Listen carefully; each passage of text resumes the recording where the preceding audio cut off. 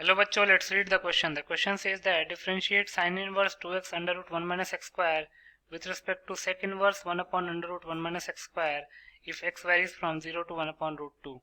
इस क्वेश्चन में sin inverse 2x under root 1 minus x square को sec inverse 1 upon under root 1 minus x square के respect में differentiate करना है तब जब x belongs to 0 to 1 upon root 2 है। बहुत ही सिंपल सा क्वेश्चन है। पहले हम की कॉन्सेप्ट लिख लेते हैं। की कॉन्सेप्ट तो sin 2 थीटा का फॉर्मूला क्या होता है? 2 sin theta cos theta. Then sin inverse sin x को हम लिख सकते हैं minus pi minus x if x varies from minus 3 pi by 2 to minus pi by 2 and x if x varies from minus pi by 2 to pi by 2 and pi minus x if x varies from pi by 2 to 3 pi by 2। तीसरा differentiation of sine inverse x with respect to x क्या होता है? 1 upon under root 1 minus x square. Then differentiation of constant term with respect to any variable वो 0 के equal होता है। और differentiation of x to the power n with respect to x का formula होता है n x to the power n minus 1। Fourth chain rule क्या कहता है?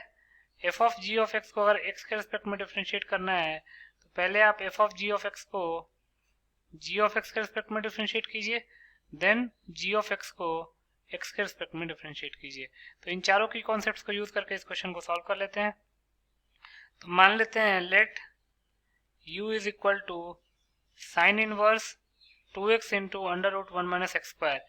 Sign inverse 2x into under root 1 minus x square को हमने u का नाम दे दिया और sec inverse 1 upon under root 1 minus x square, ये क्वेश्चन में दे रखा था sec inverse 1 upon under root 1 minus x square, उसको हमने v का नाम दे दिया। अब नाउ x कहाँ से कहाँ वेरी कर रहा है? x varies from 0 to 1 upon root 2, x varies from 0 to 1 upon root 2।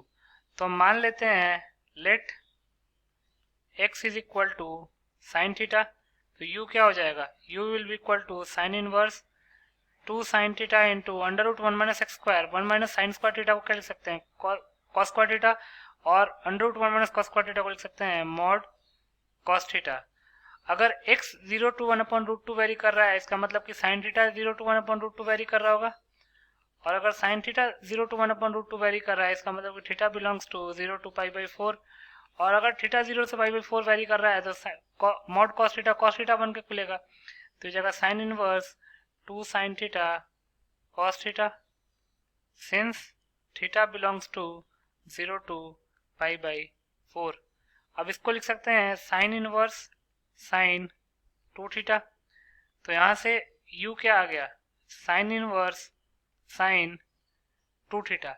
अब ये साइन इनवर्स साइन 2 थीटा के इक्वल होगा या फिर माइनस पाई माइनस 2 थीटा के इक्वल होगा या फिर पाई माइनस 2 थीटा के इक्वल होगा, ये इस चीज पे डिपेंड करेगा कि 2 थीटा कहाँ से कहाँ वेरी कर रहा है।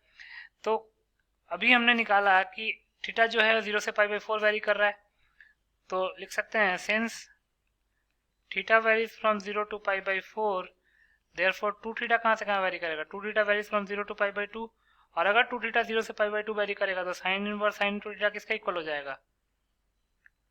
2 थीटा के इक्वल, क्योंकि माइनस पाई बाई 2 से पाई बाई 2 में साइन इनवर्स साइन एक्स के इक्वल होता है। तो यहाँ से u आ जाएगा 2 थीटा, और थीटा की जगह पे हम क्या लिख सकते हैं? हमने x को साइन थीटा माना होता तो थीटा हो जाएगा साइन इनवर्स x, तो हो जाएगा 2 साइन इनवर्स x। तो यहाँ से u आ गया हमारे पास 2 साइन इनवर्स x, और अगर u आ गया 2 साइन इनवर्स x तो du अपॉन dx क्या आ जाएगा? Differentiation of 2 sine inverse x with respect to x। 2 constant है, बाहर आ जाएगा। साइन इनवर्स x का डिफरेंशिएशन x के रिस्पेक्ट में क्या हो जाएगा? 1 upon under root 1 minus x square. तो यहाँ से du अपॉन dx आ गया 2 upon under root 1 minus x square. इसको हम फर्स्ट इक्वेशन का नाम दे देते हैं। ये जो हमने डिस्कस किया था साइन इनवर्स साइन 2 थीटा के इक्वल क्यों होगा, वो इंपॉर्टेंट है। अब v क्या है?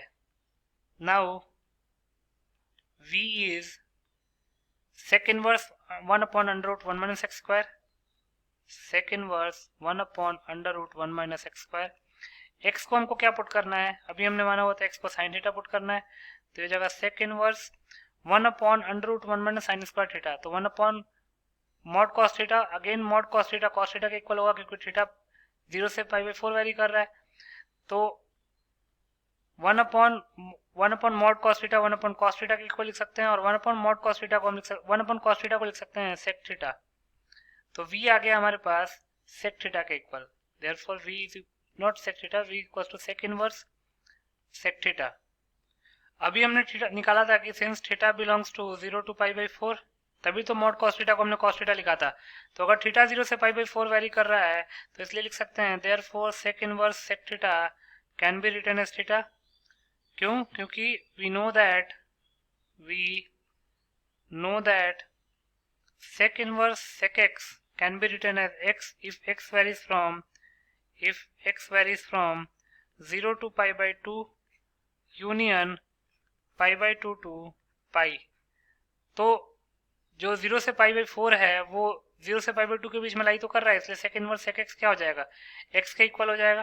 तो यहाँ से v को लिख सकते हैं थीटा के इक्वल, और v अगर थीटा हो जाएगा तो यहाँ पे हमने थीटा को x को साइन थीटा पुट किया हुआ था, तो थीटा हो जाएगा साइन इनवर्स x, तो v हो जाएगा साइन इनवर्स x।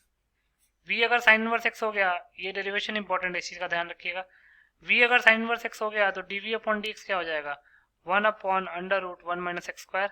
इसको हम सेकंड इक्वेशन का नाम दे देते हैं। du अपॉन dx आ गया था हमारे पास 2 upon under root 1 minus x square, और dv अपॉन dx आ गया 1 upon under root 1 minus x square.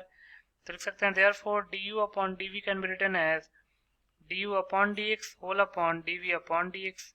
तो du अपॉन dx क्या है हमारे पास, 2 upon under root 1 minus x square upon 1 upon under root 1 minus x square.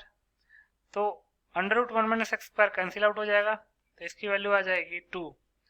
तो इसका मतलब हम लिख सकते हैं hence 2 is the required answer. So 2 will be your final answer. I hope you understood it well. Best of luck.